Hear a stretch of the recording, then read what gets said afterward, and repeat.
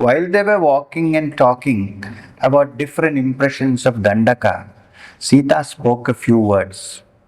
She spoke with great diffidence. She said, Rama, the word Dharma has such subtle shades of meaning. It's couched in no uncertain terms, yet it is not always easy to know where one's Dharma is. Now, this is a serious question which everybody has, but we generally don't ask.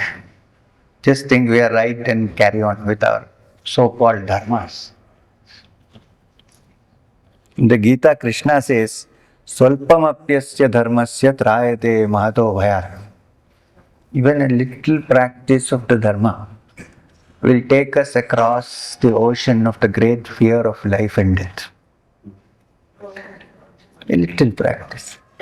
So this dharma is very important. And Sita, the daughter of the great Raja Rishi Janaka, who is now behaving just like an ordinary woman, ordinary wife, no knowledge, nothing, walking with Rama in the forest like a servant almost.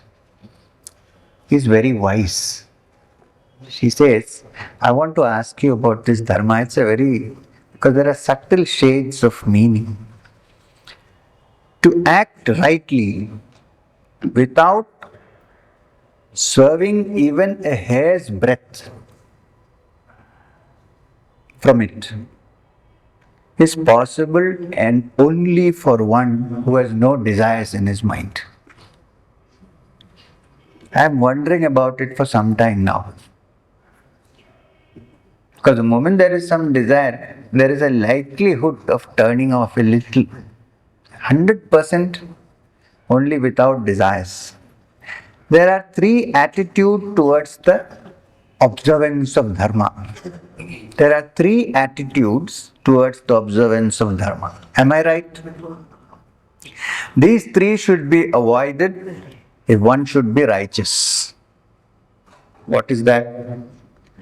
Uttering a falsehood is the first of this. Uttering a falsehood. It is a great sin. A greater sin is desiring to possess the wife of another man. Even uttering a lie is a sin. And greater sin is desiring to possess the wife of another man. The third, which is said to be worse than even the other two, is hurting someone who has not offended you in any manner. Rama, you have never been guilty of speaking an untruth. You have not done it so far, and I know you will never do it in future. This much I know. As for the second sin, you certainly are not guilty of that. Never once have you looked at anyone else other than me. Sita paused. Rama smiled at her as if to say, Go on, tell me what you want to, I will listen. Do not hesitate. Sita spoke softly and said, I am afraid that the third sin may taint you. In your partiality towards the inmates of the forest, you have decided to fight with the Rakshasas who have not offended you in any way. Was this why you came to Dandaka, bow in hand? Is the bow an indication of future sorrow in store for us? I am scared, my lord, of the possible consequences. Ever since you gave them your word to the Rishis that you would fight with the Rakshasas and rid the forest of them, I have been worried. I am against your proceeding into the forest. I will give you my reasons. The moment your eyes light on a Rakshasa, your fingers will itch to kill him. And to you, to think is to act. There is no dichotomy. He acts what he thinks. Fire increases in strength when fed by firewood. And the glory of a Kshatriya is enhanced by the bow in his hand. The touch of a weapon to a Kshatriya is like the touch of fire. It is not because I do not respect you that I am talking like this, Rama. I do not want to teach you Dharma. I am not your teacher.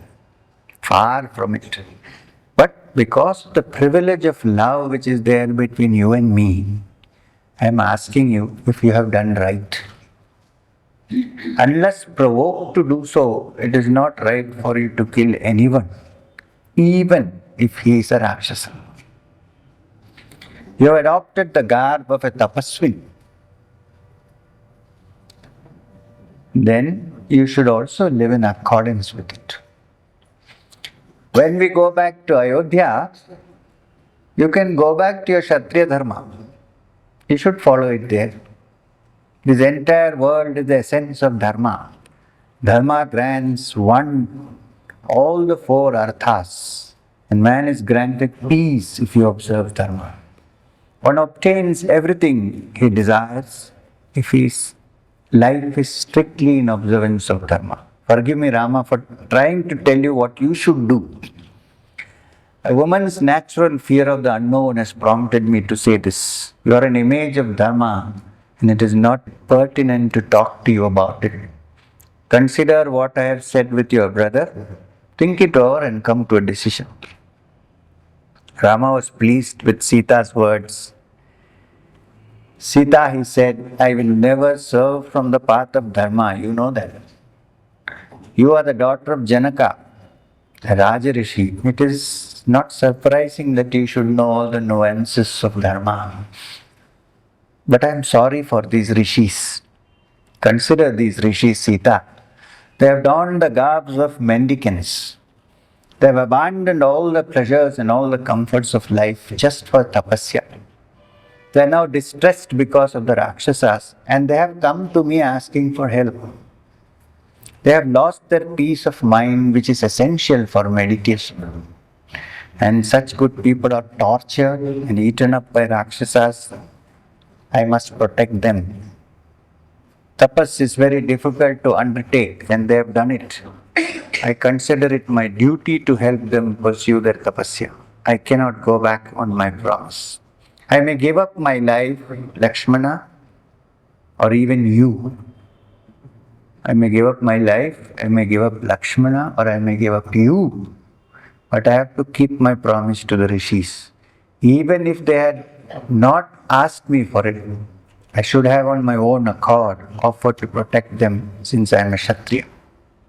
But I am charmed by this concern of yours. It befits your birth, and it is but right that Rama's wife should be careful about Dharma. You should be concerned about my Dharma. But I have made up my mind, and I think that is my Dharma. So, Rama walked fast and Sita walked behind him.